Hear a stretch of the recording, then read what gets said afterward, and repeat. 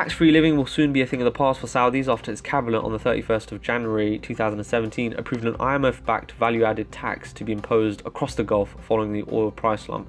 Saudi Arabia's economy, which relies heavily on oil production, has accumulated huge cash reserves over the decades, but its economic model is now threatening the monarchy itself. The country is dominated by the Saud family, an oligarchy that has effectively crafted an absolute monarchy. As a result, the family dominates every facet of the country's political architecture without the presence of any other centres of power nor opposition. The discovery of oil in the 1930s and subsequently the world's largest oil field, Ghawar, in 1948, enriched the monarchy, and hitherto the country's mineral wealth has remained concentrated in the pockets of the royal family.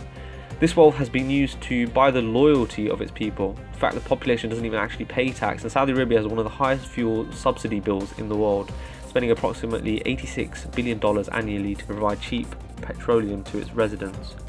These sweeteners have underpinned the monarchy's place in the political structure and kept order amongst its population, half of which are actually under 25 and have only risen in number by 50% since 2000.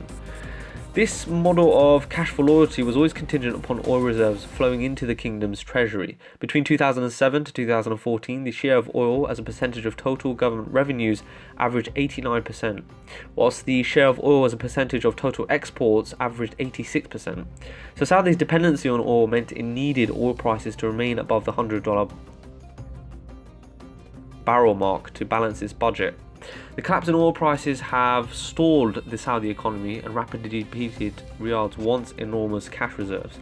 In a desperate attempt to rescue the kingdom's foundering finances, Saudi rulers have hastily pulled together a plan to diversify the economy and end its dependence on oil once and for all. But the solutions posed by Deputy Crown Prince Mohammed bin Salman will in all likelihood lead to more problems. Bin Salman announced his Vision 2030 plan in April 2016.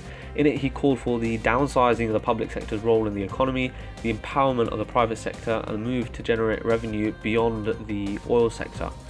The ruling family has already wasted valuable time in its search for a feasible plan for economic development. Between 1970 to 2014, the kingdom spent trillions of dollars on 9 different 5-year reform packages, yet today oil revenue still accounts for 90% of its income. And many of the prince's recommendations are based on a McKinsey report that advocates shocking the Saudi economy back to life. Nearly 70% of the country's 7.3 million labour force works in the public sector, and as it stands, Vision 2030 offers few concrete proposals for preparing Saudi citizens to set aside their view of the kingdom as a nanny state.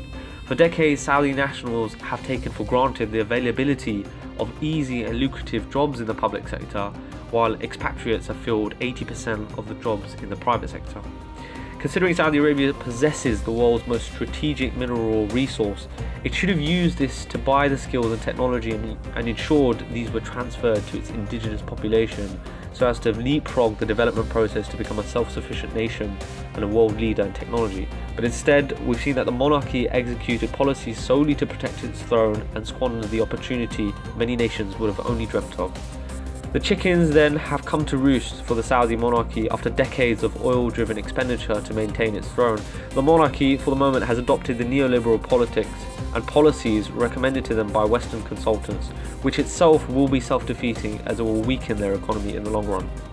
Whilst it remains to be seen, we may be witnessing the beginning of the end of the Saudi monarchy, which was all of its own incompetent doing.